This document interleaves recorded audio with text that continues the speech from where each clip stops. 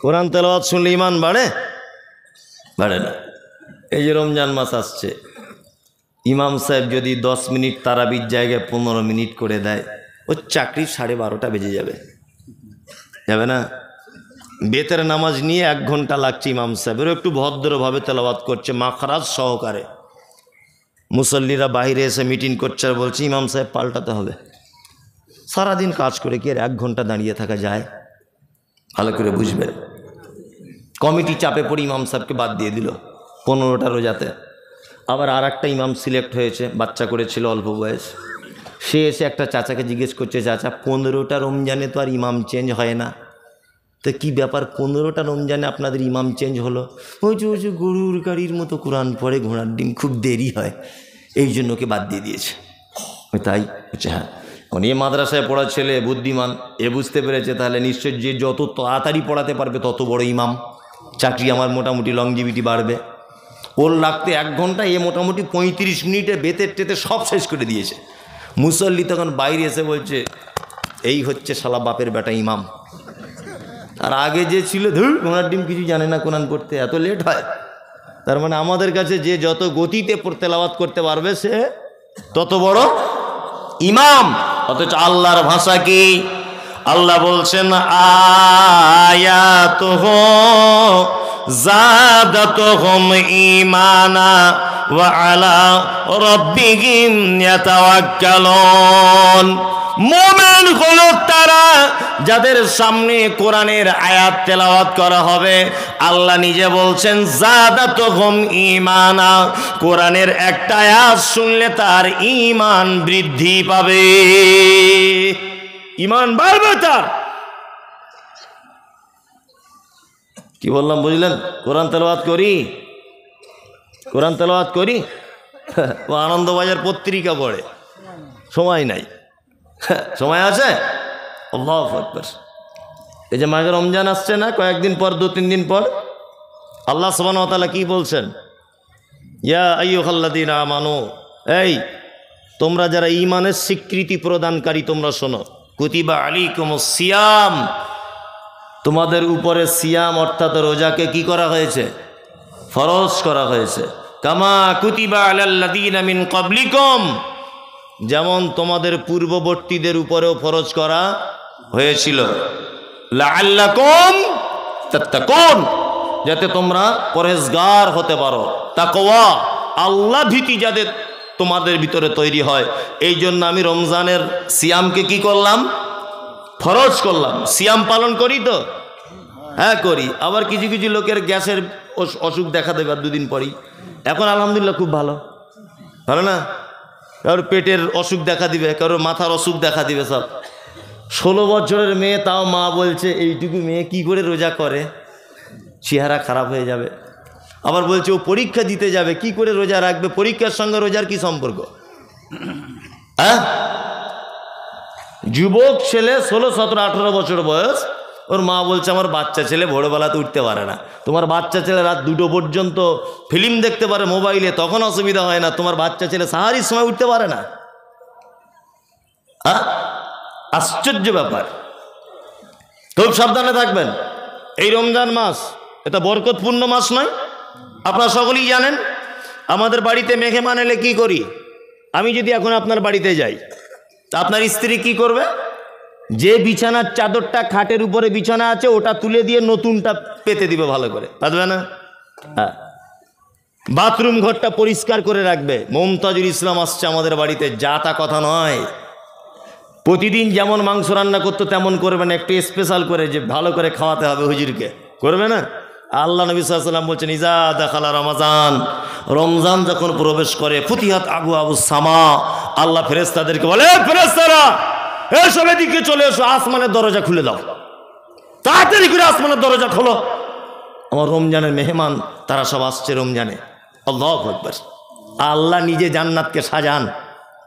আল্লাহ গুল্লিকাত আবওয়াবুন নার, আর জাহান্নামের দরজাকে বলা এই চলো তুমি আটকে যাও, রমজান মাস চলছে।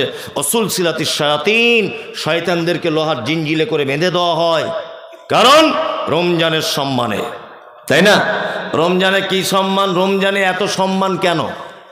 রমজানের এত সম্মান কেন? আল্লাহ তাআলা বলছেন শাহরুর রমাজান আল্লাযী উনজিলা ফীহিল কোরআন, এটা হচ্ছে সেই রমজান যে রমজানে কোরআন অবতীর্ণ করা হয়েছে, তাই না? এখন পলাশিতে এলেই কিন্তু সে নবাব সিরাজের যুদ্ধের কথা, আমবাগানের একটা স্মৃতি মনে পড়ে যায়, যায় না?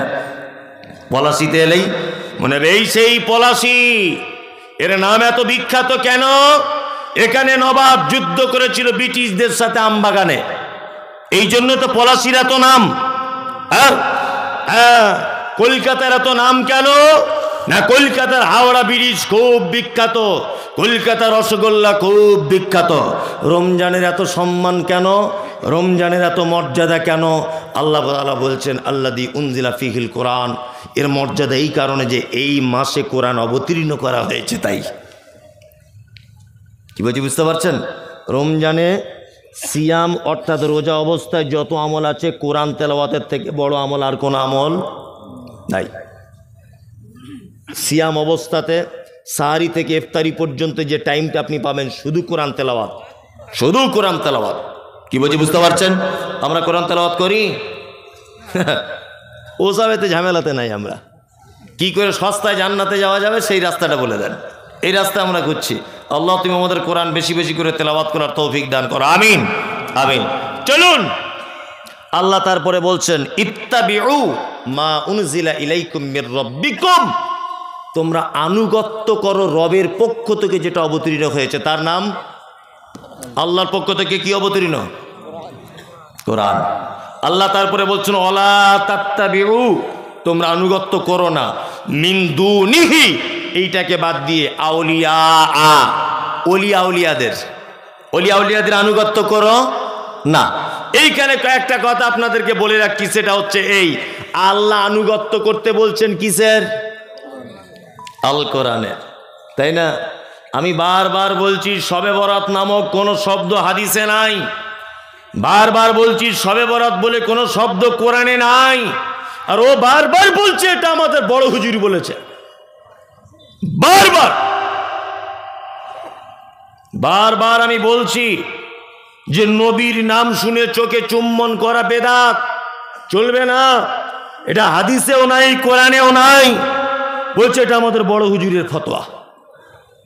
বারবার এ কথা বলছি, বারবার, যে আপনি বেদাত থেকে সাবধানে থাকবেন, এটা করা চলবে না।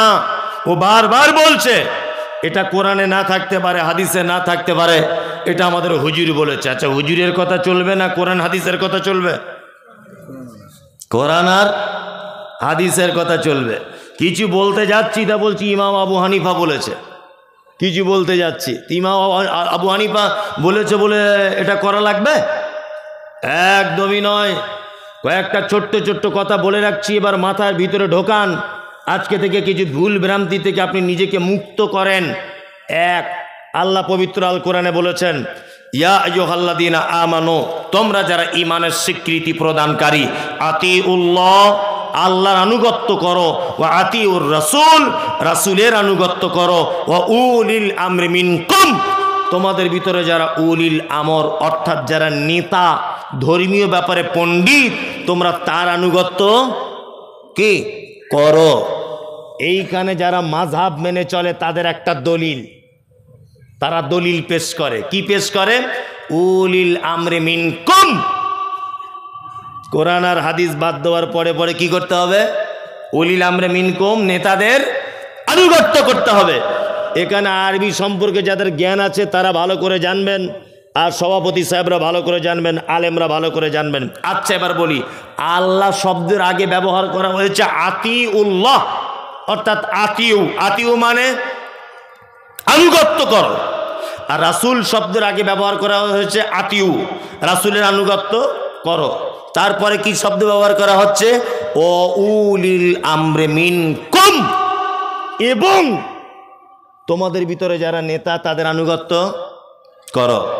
এখানে কয়েকটা কথা বলে রাখছি, সেটা হচ্ছে এই, উলি শব্দটা বহু বচন, এক।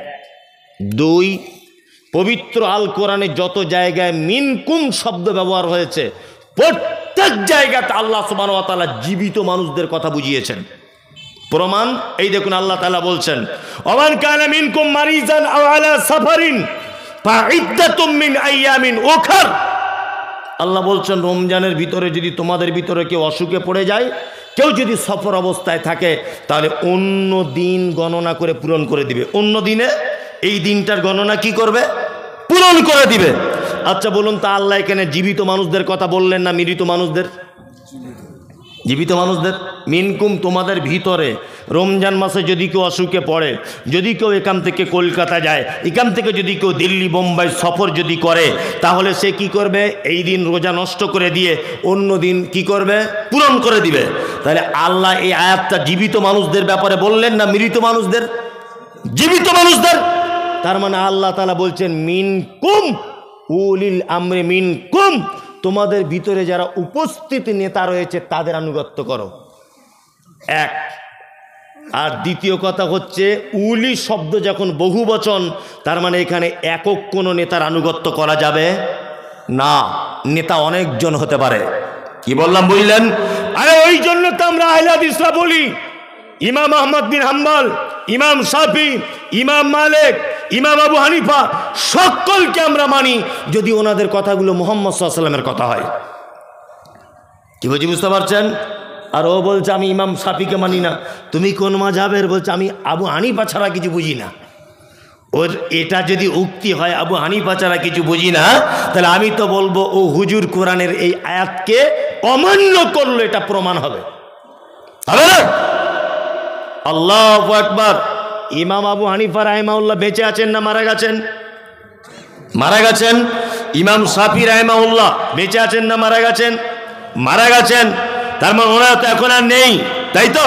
তার মানে ধর্মীয় ব্যাপারে যদি হাদিস এবং কোরআন এ দুটো দিয়ে যদি সমস্যার সমাধান না যদি হয়, তাহলে বর্তমান যারা আলেম, বড় আলেম রয়েছেন তাদের শরণাপন্ন হতে হবে। যদি তাদের কাছেও সমস্যার সমাধান না হয়, আল্লাহ বলছেন ফাইন তানাযাতুম ফি শাইইন ফারুদ্দুহু ইলাল্লাহি ওয়া রাসূল, তাহলে তোমরা আল্লাহ এবং তার রাসূলের দিকে প্রত্যাবর্তন করো, এটাই তোমাদের জন্য কল্যাণ।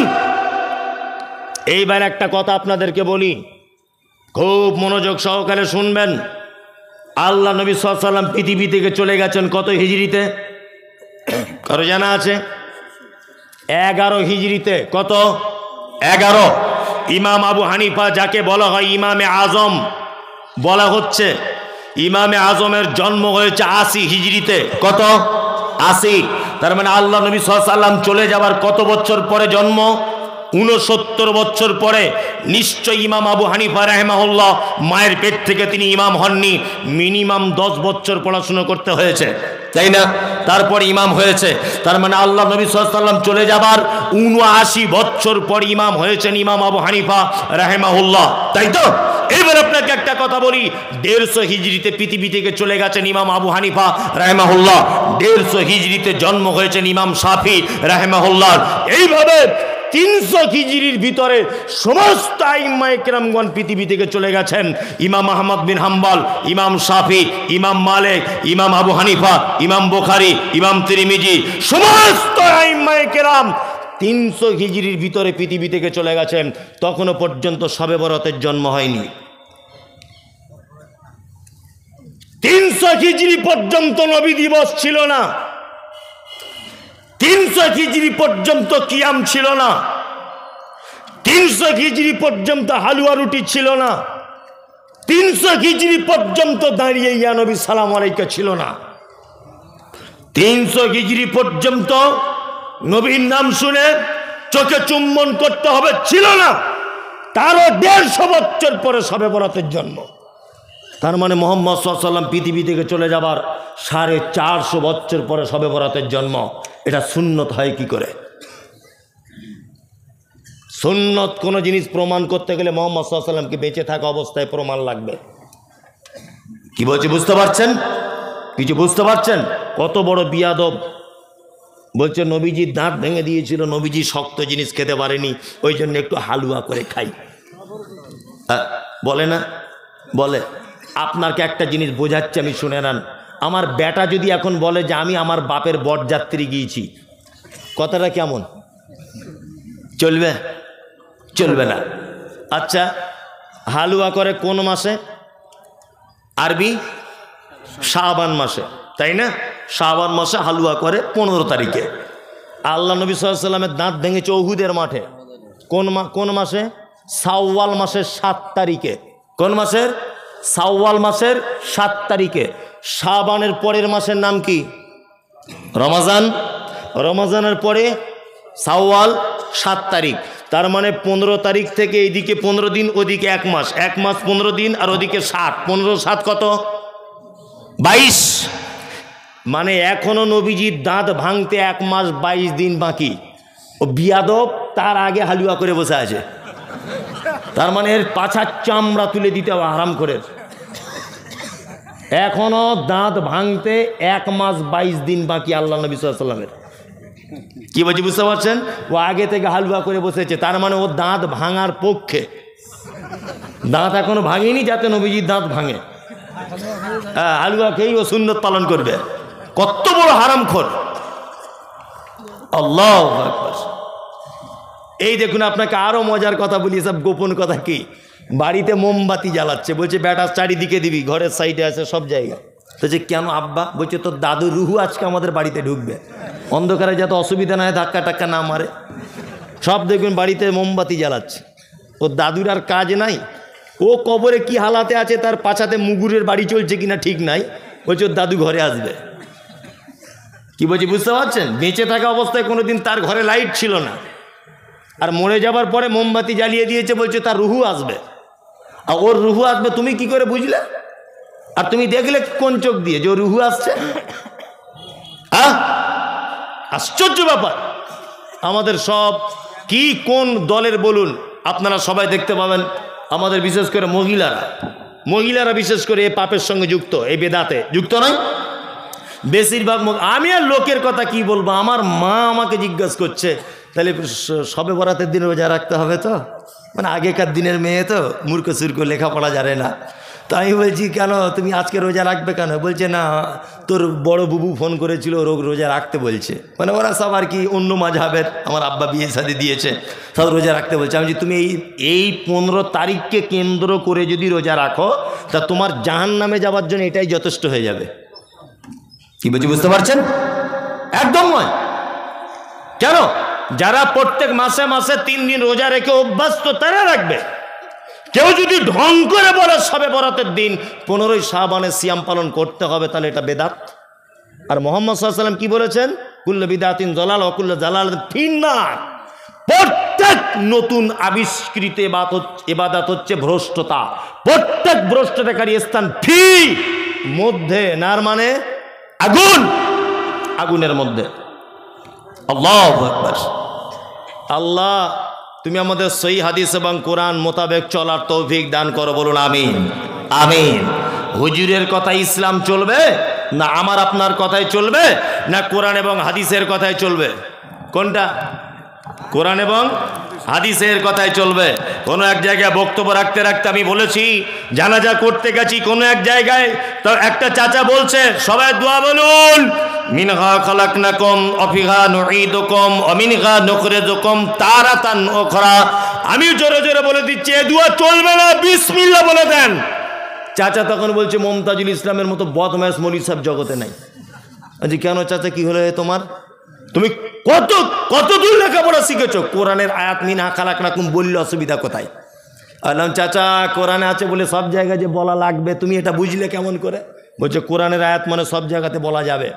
তাহলে তোমার বড় বেটার নাম ফেরাউন রাখো, এটা তো ফেরাউন কোরআনে আছে। বলছে ওটা কেমন কেমন হচ্ছে না? যে কেন কেমন কেমন? তোমার বড় বেটার নাম রাখতে পারতে ফেরাউন, ছোট বেটাটার আবুল আহাব রাখতে পারতে। আবুল আহাবের নামও তো কোরআন মাজিদে এসেছে, তাই না? তার মানে বোঝা যায় কোরআন মাজিদে আছে বলি যে সব জায়গায় বলা যাবে তা নয়। রুকুতে গেলে কি বলি? সুবহান রাব্বিয়াল আজিম। এইটার পরিবর্তে কেউ যদি বলে কুল হুয়াল্লাহু আহাদ আল্লাহুস সামাদ, নামাজ হবে না থাকবে না যাবে? নামাজ বাতিল হয়ে যাবে। কেন? সুবহান রাব্বিয়াল আজিমের থেকে তো কুল হুটা আরো ভালো, ভালো না?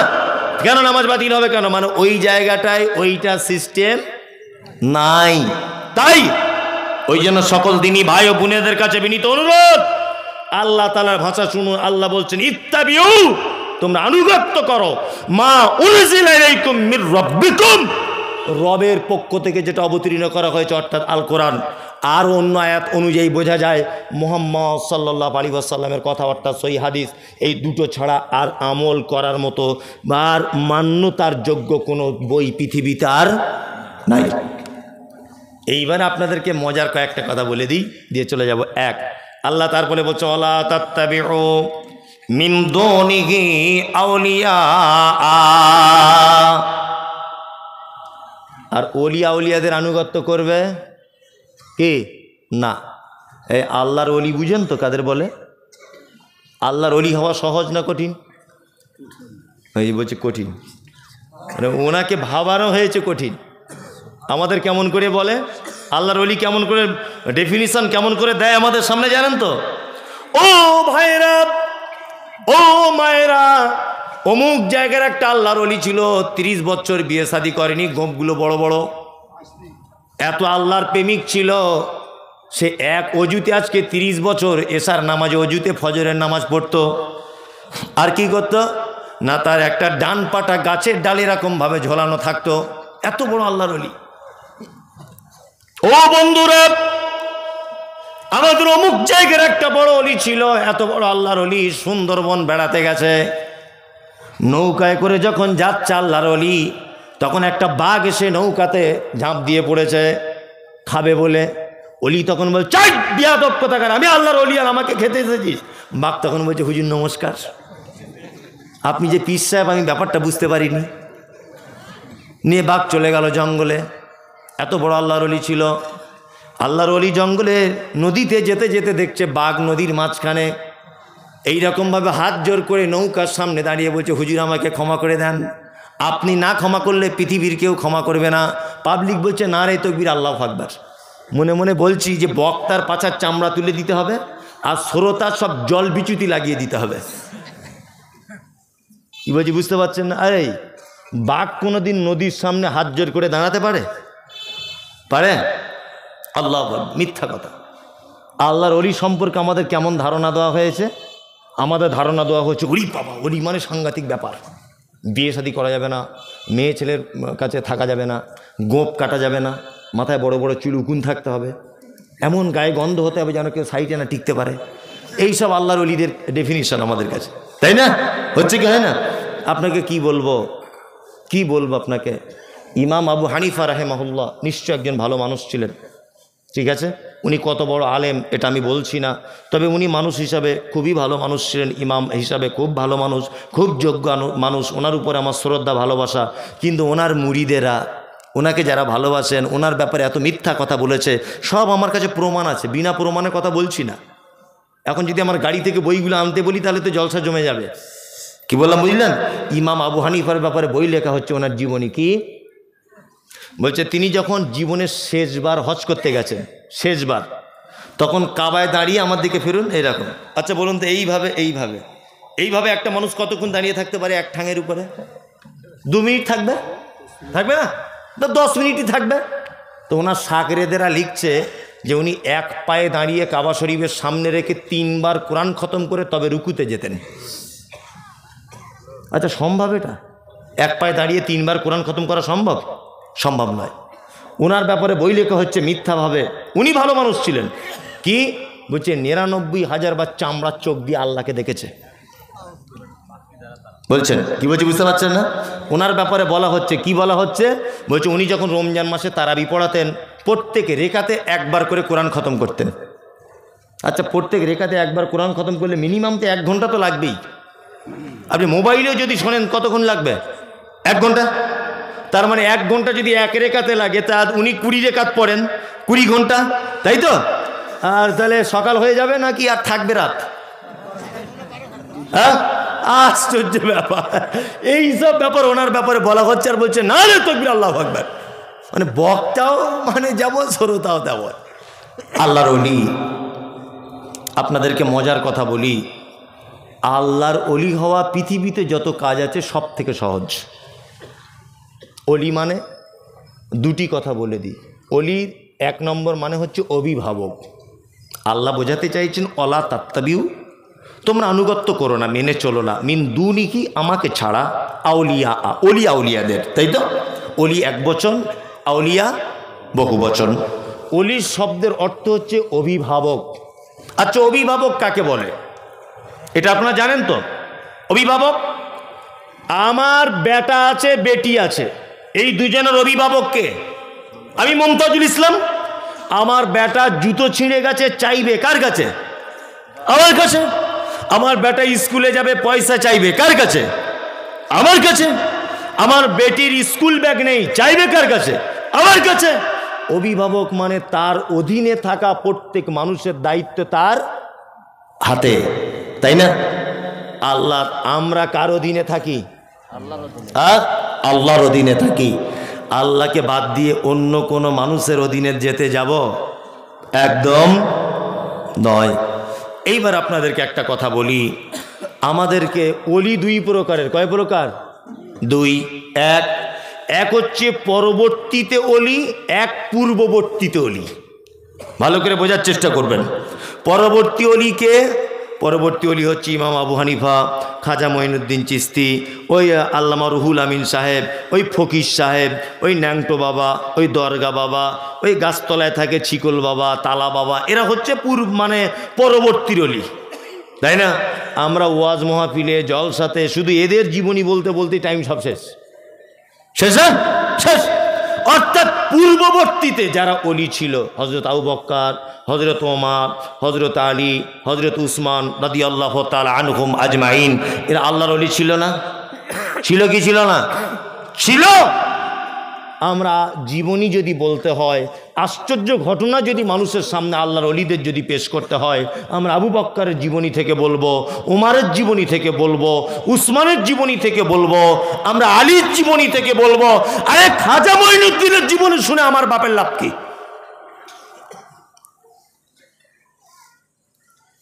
ফুরফুরা শরীফের পীর সাহেব দাদা হুজুর, ওনার জীবনী শুনে আমার লাভ কি? ইমাম আবু হানিফার জীবনী শুনে আমার লাভ কি? কোনো লাভ নেই। 3 ঘন্টা ধরে বক্তব্য রাখছে শুধুমাত্র খাজা মঈনুদ্দিন চিশতির জীবনী দিয়ে। কে বলেছে বক্তব্য রাখতে খাজা মঈনুদ্দিন চিশতির জীবনী দিয়ে? এই জীবনী শুনলে কোনো নেকি হবে? 10 পয়সা নেকি নেই। পৃথিবীতে 4 শ্রেণীর মানুষ আল্লাহ তাআলার পক্ষ থেকে প্রাইজ প্রাপ্ত। এক, আনা আমাল্লাহু মিনান নাবিয়্যিনা ওয়াস সিদ্দিকিনা ওয়াশ শুহাদাই ওয়াস সালিহিন। এক, নবীগণ। 2, সাহাবায়ে কিরামগণ। 3, শহীদগণ। 4, সালিহিন, সৎ কর্মপরায়ণ যারা, তারা। এই 4 শ্রেণীর মানুষ ছাড়া তৃতীয় কোনো ব্যক্তির আর গল্প শোনা যাবে না। চলুন, আল্লাহর অলি মানে আশ্চর্য ঘটনা, আমরা যেটা জানি, তাই না? জি, সাহাবীদের জীবনে আশ্চর্য ঘটনা ঘটেনি? ঘটেছে। আপনাকে চমৎকার চমৎকার কয়েকটা ঘটনা বলি, মরা মানুষের মতো আপনি বসুন। এক, হযরত আবু হুরায়রার নাম শুনেছেন? শুনেছেন। আল্লাহ নবী সাল্লাল্লাহু আলাইহি ওয়াসাল্লামের সাথে পেয়েছিলেন মাত্র 3 বছর। কত বছর? 3 বছর। সব থেকে বেশি হাদিস বর্ণনা করেছেন কে? আবু হুরায়রা, তাই না? হাদিসের পাতা উল্টালে আনাবি হুরায়রাতা, আনাবি হুরায়রাতা, আনাবি হুরায়রাতা, সব জায়গাতে। আর মহিলাদের মধ্যে আনা আয়েশাতা রাদিয়াল্লাহু তাআলা আনহা, আনা আয়েশাতা রাদিয়াল্লাহু তাআলা আনহা। মহিলা সাহাবিয়াতদের ভিতরে আয়েশা, আর পুরুষদের ভিতরে আবু হুরায়রা অধিক হাদিস বর্ণনা করেছেন, তাই তো? চমৎকার ঘটনা, আপনার গায়ের লোম খাড়া হয়ে যাবে শুনলে। হযরত আবু হুরায়রা বলছেন, আমি নতুন ইসলাম কবুল করলাম, নতুন ইসলাম কবুল করলাম। আসহাবে সুফফাতে বসবাস করতাম। কোথায়? আসহাবে সুফফাতে। আসহাবে সুফফাদের খাওয়া দাওয়া কিছু থাকতো না। অন্যান্য সাহাবীরা হাদিয়া দিলে খেতেন, না তোবা চুপচাপ মেরে বসে থাকতেন। তো হযরত আবু হুরায়রা বলছেন, এত খিদা লেগেছে একদিন, আর থাকতে পারলাম না। আল্লাহ নবী সাল্লাল্লাহু আলাইহি ওয়াসাল্লাম মেম্বারে যেখানে খুতবা দিতেন, ওখানে পেটের সাথে এরকম পেট লাগিয়ে চুপচাপ মেরে বসে আছেন। কে? আবু হুরায়রা। উনি ভাবছেন যে এখানে বসে দেখো তার কাজ নাই, খাওয়া দাওয়া পাবো না, একটু রাস্তার দিকে যাই। আবু হুরায়রা রাস্তার দিকে বার হলেন। বার হয়ে রাস্তাতে বসে আছেন।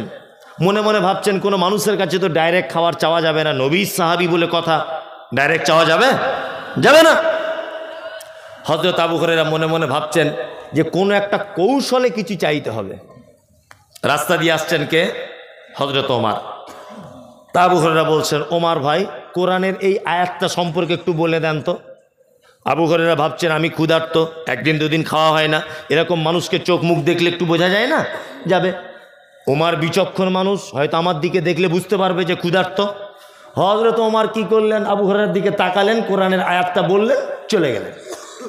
আবু হুরায়রা মনে মনে ভাবছেন তাহলে চালাকি আর কাজ হলো না, চালাকি আর কাজ হলো না। দ্বিতীয়বার আসছেন কে?